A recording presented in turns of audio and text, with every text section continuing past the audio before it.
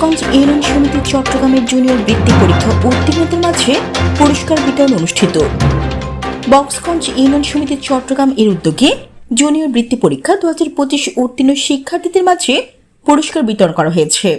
শনিবার সকালে কুমিল্লার নাঙ্গলকোট উপজেলার বক্সগঞ্জ উচ্চ বিদ্যালয় হলরুমে এই পুরস্কার বিতরণ অনুষ্ঠিত হয়।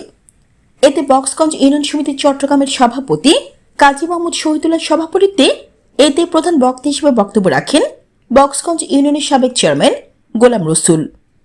বিশেষ অতিথি হিসেবে বক্তব্য রাখেন নাঙ্গলকোট প্রেস ক্লাব সভাপতি মুজিবুর রহমান মোল্লা, বক্সগঞ্জ উচ্চ বিদ্যালয় সহকারী প্রধান শিক্ষক আক্তারুজ্জামান, বক্সগঞ্জ উচ্চ বিদ্যালয় পরিচালনা কমিটির সভাপতি আলাউদ্দিন ভূঁইয়া, বক্সগঞ্জ ইউনিয়ন পরিষদ চেয়ারম্যান আব্দুর রশিদ ভূঁইয়া, কিনারা গ্রুপের chairman M A Hanif Bhuiyan, master Waliullah, যুবনেতা কাজী ফয়সাল, সমাজসেবক শহীদুল্লাহ বাহার, বক্সগঞ্জ উচ্চ বিদ্যালয়ের প্রধান শিক্ষক আশরাফ আলী, অনুষ্ঠানের আহ্বায়ক আব্দুল মোমিন, সদস্য সচিব মোহাম্মদ মজিবুল হক, সাংগঠনিক সম্পাদক নাসিরউদ্দিন ভূঁইয়া কিরণ সহ আরও অনেকে।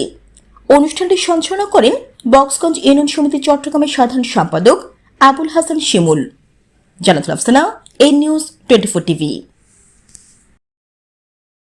আমরা যখন 9 তারিখে পুরস্কার বিতরণ অনুষ্ঠান আয়োজন করছি, আমরা তখনই সাথে সাথে স্কুলগুলোকে সিডি দিয়ে আমরা জানাই দিয়েছি। সিডির মাধ্যমে আমরা বলে দিয়েছিলাম যে প্রত্যেক ছাত্রছাত্রী যারা পরীক্ষা অংশগ্রহণ করছে ওনাদের উপস্থিতি এবং ওনাদের অভিভাবক থাকবেন, পাশাপাশি স্কুলের প্রত্যেক শিক্ষকের কথা বলা আছে ওখানে। কিন্তু দুর্ভাগ্যবশত এই মেসেজটি স্কুল কিভাবে নিয়েছে জানি না। যদি স্কুল কর্তৃপক্ষ যদি ওইভাবে বিষয়টাকে সিরিয়াসলি নিত তাহলে হয়তো উপস্থিতি শতভাগ আমরা পেতাম, যেটা আমরা আশা করছিলাম।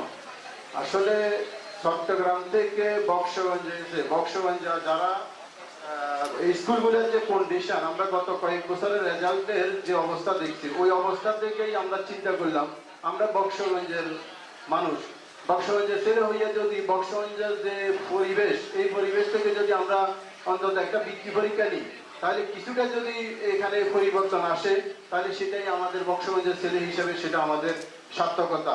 কিন্তু এখানে যেটা দেখলাম সেখানে আসলে কাউকে দোষ দিয়ে লাভ নাই। আমি নিজে কি করলাম, আমি আরেকজনকে দোষ দিচ্ছি কিন্তু আমি নিজে করতেছি না।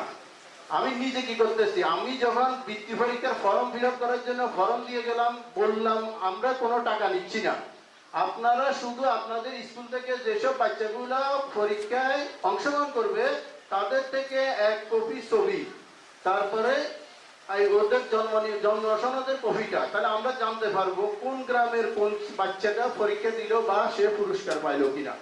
কিন্তু দিন শেষে দেখা গেল অনেক স্কুল এই ফর্মটা নিজে ফিল আপ করেন নাই। স্বয়ং বক্সগঞ্জ স্কুলের কথাই আমি বলি যে এই ফর্মটা ওনারা নিজেরা ফিল আপ করেন নাই।